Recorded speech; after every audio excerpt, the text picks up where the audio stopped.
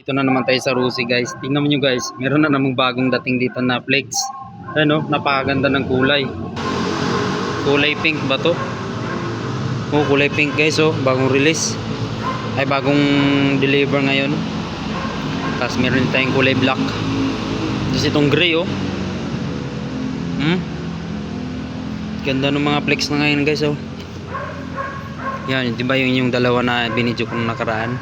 Ngayon, merong dinagdag dito yung flex na kulay pink tsaka gray. Ayan yung mga pan natin sparkle. Ano? So marami na sold out dito. Ayan guys. So hindi pa dumating yung pan natin guys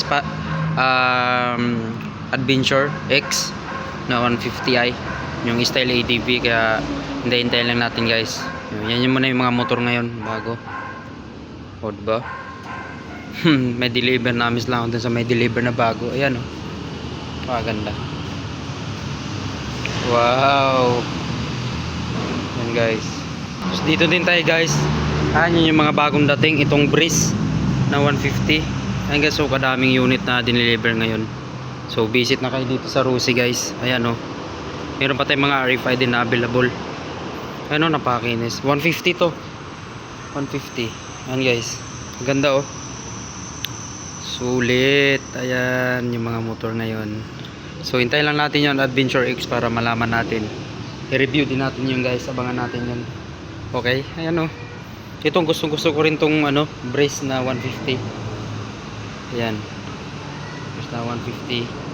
Decarb lang to guys ha. Yung brace natin decarb lang. Yung brace. Ayan. Okay. So yan oh. Yan yung puwitan niya oh. Mas maganda siya dun sa ano talaga sparkle na formahan. Gustong gusto ko to. Decarb nga lang siya guys. Yung diferensya natin dito decarb. Hindi kagaya ng sparkle na FI yun. So marami din kumuha dito ng ano. So yung makina nito yung kamukha ng Rapid na 150 na decarb. Ayan guys. So visit na kayo dito sa Cabanatuan Nueva Ecija para makapili na kayo ng mga motor na gusto nyo. Yun lang guys. Bye bye. See you soon.